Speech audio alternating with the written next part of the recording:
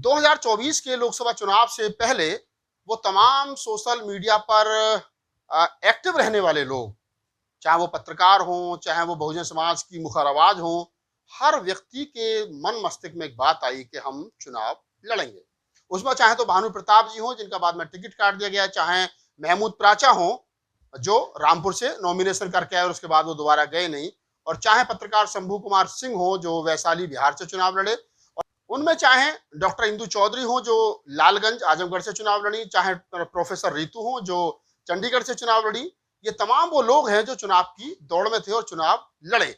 आखिरकार किसको कितने वोट मिले, क्योंकि बात इसलिए भी महत्वपूर्ण है, ये वो लोग हैं जिनके सोशल मीडिया पर करोड़ों फॉलोअर है। शंभू कुमार सिंह नेशनल दस्तक के चीफ एडिटर हैं, लगभग 10 मिलियन फॉलोवर उनके, 10 मिलियन सब्सक्राइबर हैं, यानी लगभग 1 करोड़ सब्सक्राइबर हैं। शंभू कुमार सिंह बड़ा नाम है। इंदु चौधरी लगभग पिछले 10 साल से आजमगढ़ की धरती पर सोशल एक्टिविस्ट के रूप में काम कर रही हैं। वो बनारस विश्वविद्यालय में इंग्लिश की प्रोफेसर हैं, और प्रोफेसर रितु सिंह जो चंडीगढ़ से चुनाव बहुजन समाज पार्टी के टिकट पर लड़ी थी, वो भी खासा जाना पहचाना चेहरा है। पिछले दिनों दिल्ली यूनिवर्सिटी में जो उन्होंने न्याय की लड़ाई लड़ी कि नौकरी नहीं न्याय चाहिए, ये तमाम लोगों हैं जो इस बार चुनाव मैदान में थे। तो थोड़ा सा जान लेते हैं कि किसको कितने वोट मिले। सोशल मीडिया पर मुखर होना, या सोशल मीडिया पर करोड़ों फॉलोवर होना, या तुम्हारी बात को करोड़ों लोग सुनते हैं, ये कितना वोट में कन्वर्ट होता है, ये मैं यहाँ पर आपको बता देता हूँ। बहुजन समाज पार्टी के टिकट पर 4 लोग चुनाव लड़े थे। पहले नंबर पर शंभू कुमार सिंह वैशाली से, दूसरे नंबर पर डॉक्टर इंदु चौधरी आजमगढ़ लालगंज से, तीसरे नंबर पर डॉक्टर रितु सिंह पंजाब के चंडीगढ़ से, और एक और नाम जो आम आदमी पार्टी में मंत्रालय और विधायकी छोड़ करके आए थे, राजकुमार आनंद। चारों लोग दम भर रहे थे कि हम बहुजन समाज पार्टी को बचाएंगे और बहुजन समाज पार्टी हमारी मदर पार्टी है, वगैरह वगैरह बहुत सारी बातें हुई थी। तो मैं आप तमाम लोगों को बता दूं कि आखिरकार किसको कितने वोट कहां मिले हैं और कितनी वोटों से इनको हार का सामना करना पड़ा है। पहले मैं आपको बता दूं कि दिल्ली की जो नई दिल्ली लोकसभा क्षेत्र है, वहां पर राजकुमार आनंद बहुजन समाज पार्टी के टिकट पर चुनाव लड़ रहे थे। जैसा मैंने उनके परिचय में बताया कि उनकी पत्नी बीना आनंद आम आदमी पार्टी के टिकट पर विधायक रही हैं, वो खुद विधायक रहे, मिनिस्टर रहे, कई सौ करोड़ का उनका बिजनेस टर्नओवर बताया जाता है, उनका चमड़े का काम है, उनका होटल का बिजनेस है। वो आम आदमी पार्टी छोड़ करके आए थे और उन्होंने आम आदमी पार्टी पर आरोप लगाया था कि ये दलित विरोधी है, और वो बहुजन समाज पार्टी ज्वाइन करके बहुजन समाज पार्टी के टिकट पर नई दिल्ली लोकसभा क्षेत्र से चुनाव लड़े थे। और उनको वोट कितने मिले हैं मैं आपको बता देता हूं। राजकुमार आनंद को 5,601 वोट मिला। कितना?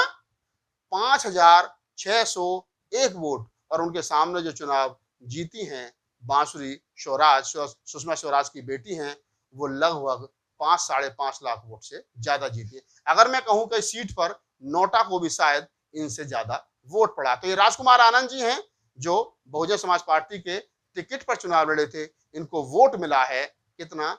5,601। अब मैं आपको लेकर के चलता हूं एक और उत्तर प्रदेश के पूर्वांचल का बड़ा दमदार चेहरा, उत्तर प्रदेश की आजमगढ़ की लालगंज लोकसभा क्षेत्र, जो बहुजन समाज पार्टी की सिटिंग सांसद वहां से सीमा आजाद थी, जो बाद में बीजेपी में चली गई। तो वहां पर बहन कुमारी मायावती ने इंदु चौधरी को, जो प्रोफेसर है जैसा मैंने बताया, वो उनको प्रत्याशी बनाया था, और उनको जो वोट मिले हैं वो मिले हैं लगभग, इंदु चौधरी को जो वोट मिले वो मिले 2,10,044 वोट।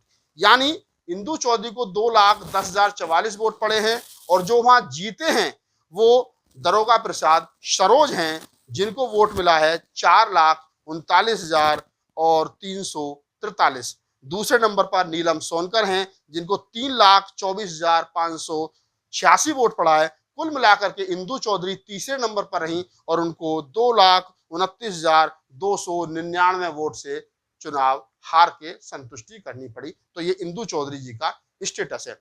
अब मैं आ जाता हूं एक और प्रोफेसर डॉक्टर रितु सिंह पर। रितु सिंह चुनाव लड़ी थी चंडीगढ़ से। चंडीगढ़ शायद भारत की सबसे छोटी लोकसभा है, 5-6 लाख वोटों का वहां पर टोटल वोटिंग है। तो वहां पर जो रहा है हाल वो भी मैं आपको बता देता हूं। वहां पर आप थोड़ा सा जब चलेंगे तो पता चलेगा कि यहाँ पर कांग्रेस पार्टी के मनीष तिवारी चुनाव जीते हैं, जो जो लगभग 2504 वोटों से चुनाव जीते, जिनको 2,16,657 वोट पड़ा है। दूसरे नंबर पर बीजेपी के संजय टंडन रहे हैं, जिनको 2,14,153 वोट पड़ा है। और आपकी प्रोफेसर रितु सिंह, जो बहुजन समाज की मुखर आवाज है, नौकरी नहीं न्याय चाहिए, वोट मिले हैं 6,708। अनुमान लगाया जा रहा था कि लगभग 10,000 वोट प्रोफेसर रितु यहां से ले जाएंगी, लेकिन वोट मिला है 6,708। अब मैं उस सीट का जिक्र कर लेता हूं, उस व्यक्ति का जिक्र कर लेता हूं, शंभू कुमार सिंह। पिछले 10 साल से बहुजन पत्रकारिता का बड़ा नाम, अब उनका नाम पूरा समझ में आ गया। उनका नाम शंभू सिंह पटेल है, यानी ओबीसी समाज से आते हैं, पटेल जाति से आते हैं। हमेशा SC ST OBC की पत्रकारिता करते हैं, हमारे मित्र हैं, साथी हैं। नेशनल दस्तक पर पिछले 10 साल से लगभग वो कार्यरत हैं। शंभू कुमार सिंह जो है वो चुनाव लड़े थे, कहां से?